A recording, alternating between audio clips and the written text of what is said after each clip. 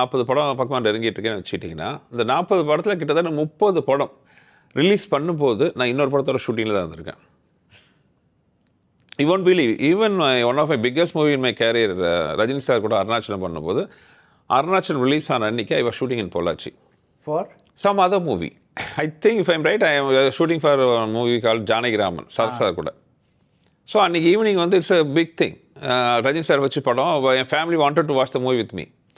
So நான் கோயம்புத்தூருக்கு போகிறேன். போகும்போது ரயில்வே கேட் மூட்டாங்க. டிராஃபிக் பயங்கர jam.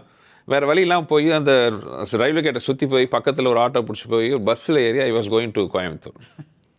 So this was me. ஏன்னா அது ஒரு வகையில் எனக்கு நல்லதாக இருந்துச்சு. ஐ வாஸ் நாட் கேரிங் இது. அடுத்த படத்துக்கு ஃப்ரெஷ்ஷாக ஐம் மூவிங் ஆன்.